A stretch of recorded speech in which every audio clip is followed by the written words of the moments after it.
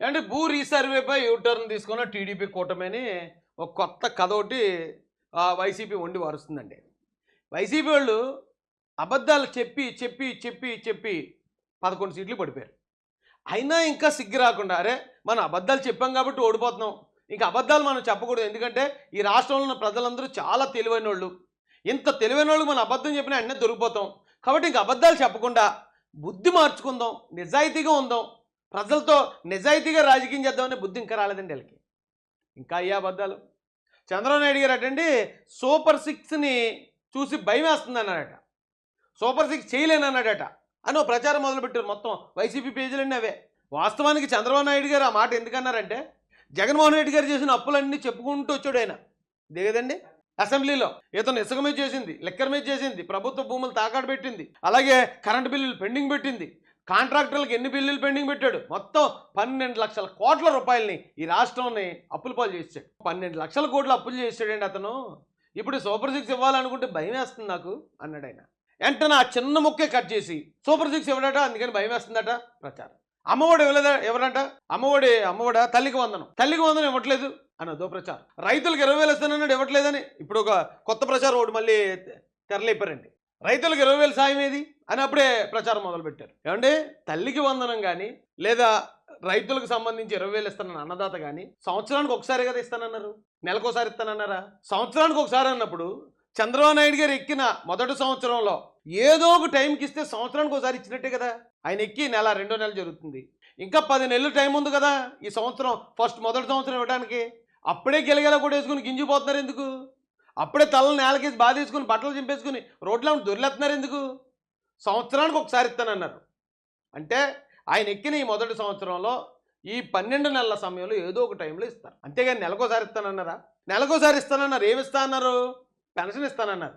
ఇస్తానన్న మాటకి యాజిటీ తోచా తప్పకుండా ఇచ్చారు. నెల ఇస్తానన్నదాన్ని ఇచ్చారు కదా, అలాగే సంవత్సరానికి ఒకసారి ఇస్తానన్నదాన్ని కూడా ఇస్తారు. ఈ సంవత్సరం అయిపోయిన తర్వాత అప్పటికి కూడా ఇవ్వకపోతే అప్పుడు ఇలా గిలగిలా గింజుకోండి, అప్పుడు ఇలా కింద పడి దొరలండి, అంతే అని గెలిచి ఇంకా 2 నెలలు అవ్వలేదు అప్పుడేంటండి బాబు, అప్పుడు ఈ కితకితలేంటి? రేపు పొద్దున్న నిజంగా ఆయన ఇచ్చేస్తాడు. ఇచ్చిన తర్వాత ప్రజలు నాకు వచ్చింది అన్నదాత, నాకు వచ్చింది తల్లికి వందనం అని వాళ్ళు హ్యాపీగానే ఉంటారు కదా. ఇప్పుడు మీరు చేసిన ఈ డమ్మాబూష్ ప్రచారం అంతా బొక్కే కదా మీకు. కనీసం పోస్ట్కి 5 రూపాయలు ఇచ్చినా ఆ కొన్ని లక్షల రూపాయలు బొక్క కదా వైసీపీకి. లాస్ట్ టైం ఆల్రెడీ దెబ్బతినేసి ఉన్నా ఇంకా బుద్ధి రాలేదటే మీకు. అది నారాసుర రక్త చరిత్ర, కోడికత్త డ్రామా కరెక్ట్గా ఎలక్షన్ ముందు ఆడారు కాబట్టి ప్రజలు దాని వాస్తవాలు తెలుసుకునే లోపే ఎలక్షన్లు వస్తాయి. గెలిచేశారు మీరు. కానీ ఆ తర్వాత 5 సంవత్సరాల పాటు మీరు అబద్ధాలు చెప్పారు, 5 సంవత్సరాల పాటు మోసాలు చేశారు. నమ్మాడు ఎవడన్నానే? చిత్తుగా ఓడించి మిమ్మల్ని మూలలో కూర్చోబెట్టారు. మళ్ళీ అవే అబద్ధాలు ఏంటయ్యా? నేను జగన్మోహన్ రెడ్డి గారు సూటుగా చెప్తున్నాను, ఈ అబద్ధాలు ఆడడం వల్ల జగన్ రెడ్డి గారు ఈవేళ ఇంత దౌర్భాగ్యమైన పరిస్థితికి వెళ్ళిపోయారు మీరు. మీకు ఉదాహరణ చెప్తాను. జగన్ రెడ్డి గారు, కేసీఆర్ గారు ఆయన టీఆర్ఎస్ పార్టీ పెట్టి కొత్తగా ఆయన 2014లో గెలిచాడు. 2014లో గెలిచిన కొత్త పార్టీ మళ్ళీ వాళ్ళు చేసిన మంచి పరిపాలన వల్ల 2019లో కూడా గెలిచాడు, రెండోసారి కూడా. ఏమండి? అలాగే గతంలో మీ నాన్నగారు 2004లో గెలిచాడు ఒకసారి. గెలిచి ఆయన తీసుకొచ్చిన ఫీజు రియంబర్స్మెంట్ 108 ఇలాంటి కొత్త కార్యక్రమాలు తీసుకురావడం వల్ల మళ్ళీ 2009లో కూడా గెలిచాడు.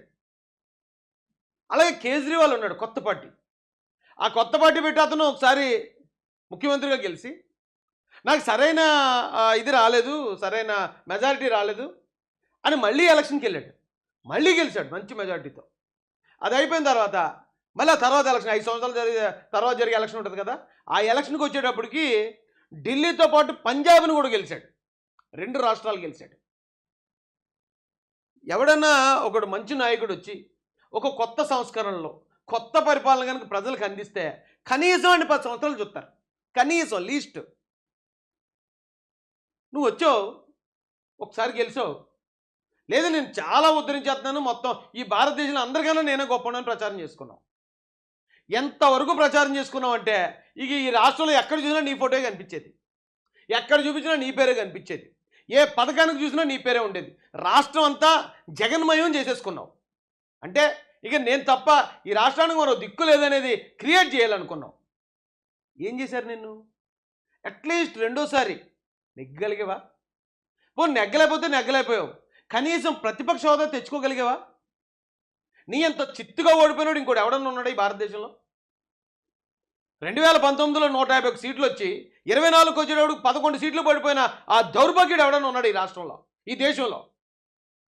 అరే, నీతో పాటు పార్టీలు పెట్టిన వాళ్ళు అందరూ చక్కగా 10 సంవత్సరాలు పరిపాలిస్తే ఇంత దౌర్భాగ్యంగా ఓడిపోయి నువ్వు బుద్ధి తెచ్చుకోకుండా ఇంకా అదే తప్పుడు ప్రచారం మీద ఆధారపడి ఇంకా ఎదుటోడి మీద బురద జల్లేసి నెగ్గేద్దామనే ఈ ప్రయత్నం నువ్వు మార్చుకోవయ్యా. నువ్వు మీ నాన్నగారు బతుకున్నప్పుడు ఆయన మాట వినేవాడు కాదంట. మీ అమ్మను బయటికి ధర్మేసావు, మీ చెల్లి మాట వినవు, మీ చిన్నాన్న మాట వినవు, అతన్ని లేపేసినోడికి సపోర్ట్ చేస్తావు, మీ చిన్నాన్న కూతురు మాట వినవు. కనీసం భారతమ్మ మాట వింటే ఆవిడని నీకు చెప్తే బాగుండు. ఇక మనం చేసే ఈ స్ట్రాటజీ, ఈ అబద్ధాలు, ఇది పనిచేయట్లేదండి ఆంధ్ర ప్రజల దగ్గర. వాళ్ళు రాటు తేలిపోయి ఉన్నారు. కాబట్టి మనం కూడా నిజాయితీగా బతుకుదాం, నిజాయితీగా రాజకీయం చేద్దామని నీకు ఎవడని చెప్పి నిన్ను మారిస్తే తప్ప, లేకపోతే కాణికి పనికిరావు నువ్వు రాజకీయాల్లో. అయిపోయింది. ఏదైనా సరే ఒకటి ఫ్రాడ్ అని తెలుసుకునేదాకానే ప్రజలు దాన్ని నమ్ముతారు. ఒక్కసారి ఫ్రాడ్ అని తెలిస్తే ఆ తర్వాత అది మంచిదానిగా మారినా మంచిదైనా కూడా ఈ జనాలు నమ్మరు. ఆంధ్రప్రదేశ్లో మొత్తం జగన్మోహన్ రెడ్డి అంటే అబద్ధాలు చెప్తాడు, జగన్మోహన్ రెడ్డి మోసాలు చేస్తాడు, ఇచ్చేది గోరంతా చూపించేది కొండంతా అని ఆంధ్రప్రదేశ్ ప్రజలందరూ ఫిక్స్ అయిపోయారు. నువ్వు దోచుకోవడానికి తప్ప ఈ రాష్ట్రం బాగుపడడానికి ఒక్క కార్యక్రమం నువ్వు చేయలేదని ప్రజలందరూ ఫిక్స్ అయిపోయి ఉన్నారు. కనీసం ఇప్పటికన్నా మార్చుకోండి పద్ధతి. రాజకీయాల్లో ఉండాలనుకుంటున్నారు కదా, రాజకీయాల్లో ఉండాలన్నప్పుడు కావాల్సింది నిజాయితీ. నిజాయితీయే లేనప్పుడు నువ్వు ఇంట్లో వాడిని ఒకరోజు మోసం చేయగలవు, 10 రోజులు మోసం చేయగలవు, సంవత్సరం మోసం చేయగలవు. ఏటెల్లకాలం అయితే మోసం చేయలేవు కదా.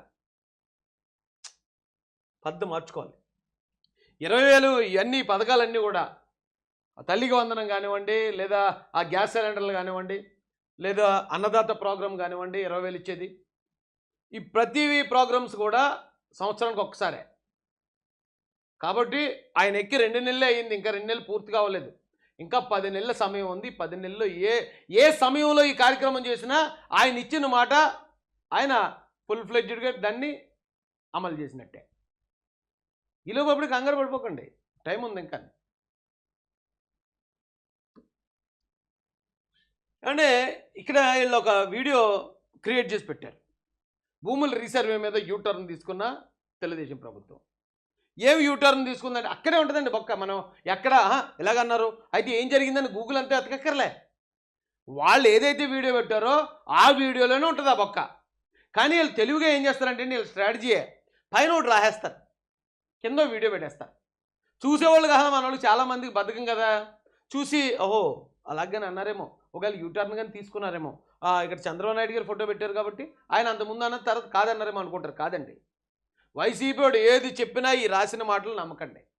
ఆ వీడియోలోకి వెళ్ళి అసలు ఏం జరిగిందో చూడండి, వినండి, మీకే అర్థమైపోద్ది. ఎందుకంటే ఆ తెలుగుడు అంటేనే తెలివినోడు. ఒకసారి మీకు చూపిస్తాను రండి. భూములన్నీ సర్వే చేస్తున్నామని చెప్పి ఆ సర్వేలో విలువైనటువంటి భూముల్ని వారసత్వంగా తరతరాలు వాళ్ళ అనుభవంలో ఉన్నటువంటి భూముల్ని కొత్త విధానాలతో జగన్మోహన్ రెడ్డి ప్రభుత్వం దోచేస్తా ఉంది. ఈ జగన్మోహన్ రెడ్డి సమగ్ర భూ సర్వేనో కార్యక్రమం పెట్టాడండి. ఏమంటే సర్వే ఎప్పుడు చేయించుకుంటారండి? చాలామంది పేదోళ్ళకైతే సర్వే అంటే ఏంటో తెలియదు, ఎందుకంటే వాళ్ళకి భూములు ఉండవు. ఆ భూములు ఉన్న వాళ్ళని అడుగుతున్నాను నేను, మనం సర్వే ఎప్పుడు పెట్టించుకుంటామండి? మన ఇంటి సర్వే కానీ, మన పొలం సర్వే కానీ, స్థలం సర్వే కానీ ఎప్పుడు పెట్టించుకుంటామంటే ఆ పక్కోడికి మనకి ఆ బోర్డర్ దగ్గర ఏదైనా ఇష్యూ వచ్చినప్పుడే. లేదు ఆడి బోర్డర్లో చగ్గాడు ఉన్నాడు, మన బోర్డర్లో మనం ఉన్నంతకాలం మనం సర్వే జోలికి వెళ్ళాం. సర్వే ఎప్పుడు అప్లై చేస్తామంటే అప్పుడు చేస్తాం, లేదా భూమి అమ్ముకునేటప్పుడు అవతలోడు కొనుక్కునేవాడు వస్తాడు, నీకు ఇగో నేను ఎకరం కొంటున్నాను, ఎకరం ఉందా లేదా సర్వే చేయించుకుంటాడు. లేదా నేను ఎకరం అమ్ముతున్నాను, ఇగో ఈ ఎకరం ఎక్కడి నుంచి ఎక్కడి దాకా సర్వే చేస్తాం. అంతే తప్ప ఊరికే దురదెక్కి ఎవడో సర్వే చేయించుకోడు. కానీ జగనన్న సమగ్ర భూ సర్వే, మొత్తం భూములు ఎన్ని లక్షల ఎకరాలు ఉన్నాయో అన్ని లక్షల ఎకరాలని కొలిపించేస్తాడట. టేప్ పెట్టి 1, 2, 3 అని మొత్తం కొలిపించేస్తాడట. ఎందుకు కొలిపించేస్తాడు ఎవరికీ తెలియదు. కానీ దానిలో ఉన్న బొక్క చాలామంది అందరూ చెప్పేశారు. అది చాలామంది చెప్పేది ఏంటంటే, ఇప్పుడు నాకు ల్యాండ్ ఉందండి, ఆ ల్యాండ్లో ఏదైనా కొంచెం ఎక్సెస్ ల్యాండ్ కలిసి ఉందనుకోండి, నాది ఎకరం, ఆ ఎక్సెస్ ఒక 25 సెంట్లు కలిసింది, ఆ 25 సెంట్లు ప్లస్ ఎకరం పండించుకుంటూ ఉంటాను నేను. కానీ జగన్మోహన్ రెడ్డి గారు వచ్చి నీది ఎకరం కదరా, ఇక పాస్బుక్ మీద ఎకరం ఉంది, ఇగో ఈ ఎకరమే నీది ఆ 25 సెంట్లు నాది అంటాడు జగనన్న. లేదా ఇక్కడ 3 ఎకరాలు ఉన్నాయి, 2 ఎకరాలు ఖాళీగా ఉంది, దీనికి ఎవడో డాక్యుమెంట్ క్లెయిమ్ చేసుకోవట్లేదు, లేదా ఓనర్ లేడు, ఈ 2 ఎకరాలు నాది అంటాడు. ఇది నీది, ఇది నీది, ఇది నాది అన్నట్టు అనమాట అండి. అదొకటైతే, రెండోది భూ సర్వేకి సంబంధించి అన్న ఒక రాళ్ళు, దాన్ని ఏం రాళ్ళు అనాలండి, గ్రనైట్ రాళ్ళు వేయించాడండి. అదో పెద్ద కామెడీ అది.